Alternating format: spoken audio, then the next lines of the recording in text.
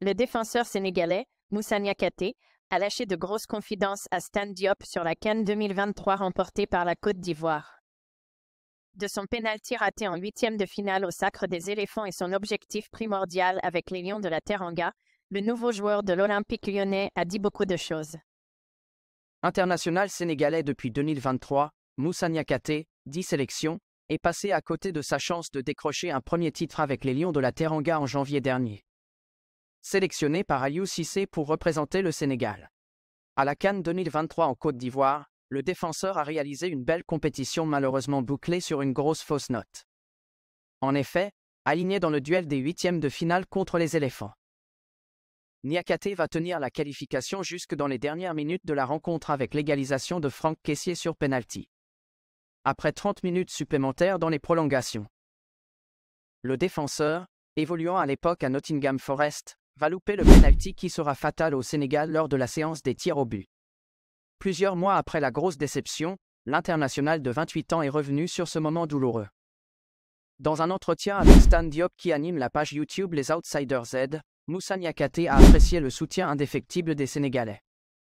J'en profite de cette occasion, car je ne suis pas trop sur les réseaux sociaux. Merci à tous pour vos messages d'amour. Moi et ma famille avons été très touchés. J'ai la vocation de toujours me donner à fond et vu l'amour que vous m'avez donné, je vais me donner encore plus pour le pays. Comme je l'ai dit sur mon tweet, je ne vais pas quitter la sélection tant que je n'ai pas gagné quelque chose. C'est mon rêve, a déclaré le nouveau joueur de l'OL en Ligue 1. Toujours dans l'entretien, Moussa Niakhaté a félicité les Ivoiriens pour leur parcours mémorable lors de la CAN 2023 qu'ils abritaient. Arrivé dans la compétition comme l'un des favoris, mais derrière des pays comme le Sénégal, le Maroc ou encore l'Algérie, la Côte d'Ivoire s'est imposée avec Emers Faye comme l'un des grands favoris pour le sacre final après les huitièmes de finale. Inattendu en quart de finale après avoir hérité de la bande à Sadio Mané et Lamine Camara. Les éléphants ont pu compter sur un public déchaîné et un excellent travail du nouveau sélectionneur pour arracher la qualification. À en croire les confidences du défenseur sénégalais, les joueurs ivoiriens lui avaient confié leur grande assurance quant à un sacre final après avoir remporté la bataille des huitièmes de finale. Pour en avoir discuté avec eux, les joueurs ivoiriens savaient qu'ils seraient champions d'Afrique après avoir éliminé le Sénégal, révèle Moussa Niakhaté dans son entretien avec Stan Diop.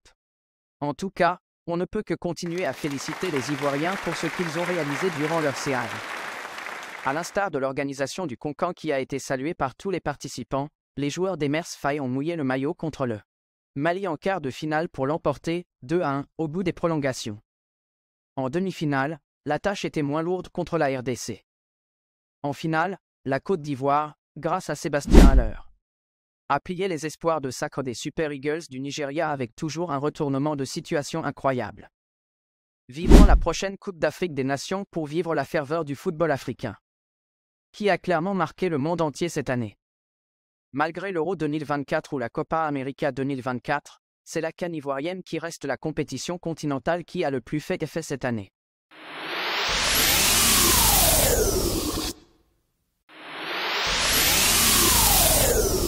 Dans une interview réalisée sur la chaîne Les Outsiders, le défenseur sénégalais Moussa Niakhaté a partagé une vision ambitieuse pour le football africain, avec une attention particulière pour son pays, le Sénégal.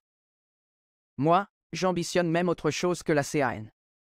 Les gens ne vont peut-être pas me croire, mais un jour, un pays africain remportera une Coupe du Monde. Ces mots résonnent comme une prophétie audacieuse. Mais le joueur de Lyon est convaincu de la capacité de l'Afrique à s'imposer sur la scène mondiale. Pour lui, les talents et le potentiel existent déjà sur le continent, et il ne manque que la concrétisation de ses promesses par des résultats tangibles. L'ancien joueur de Nottingham est particulièrement optimiste quant aux chances du Sénégal. Aujourd'hui, je pense que le Sénégal est considéré par la plupart comme le meilleur pays d'Afrique.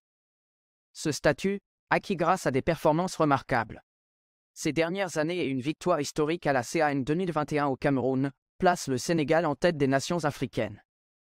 Cependant, il insiste sur la nécessité de maintenir cette dynamique avec des résultats constants. Il rappelle que la victoire à la CAN il y a 2 ans est un exemple de ce que le Sénégal peut accomplir. J'ai confiance en cette génération-là. Au Sénégal, il y a toujours une grosse génération. À chaque fois, tu te dis que c'est fini. Mais il y en a une autre qui arrive et qui est toujours exceptionnelle.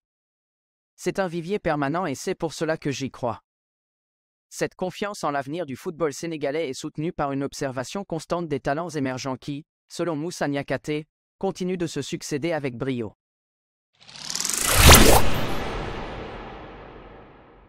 Moussa Niakhaté, défenseur central de Lyon, a évoqué un moment décisif de sa carrière internationale, révélant une décision qu'il a prise alors qu'il évoluait à Metz en 2016. À cette époque par la fédération malienne de football pour intégrer leur équipe nationale. Ce tournant potentiel aurait pu le mener sous les couleurs maliennes, mais il a choisi de rester fidèle à ses aspirations pour le Sénégal. L'ancien joueur de Metz a partagé son profond attachement à son pays d'origine dans une interview avec Stan. « Je suis sénégalais, j'aime ce pays, et je viens toujours depuis que je suis tout petit. Je ne peux pas tricher avec ça.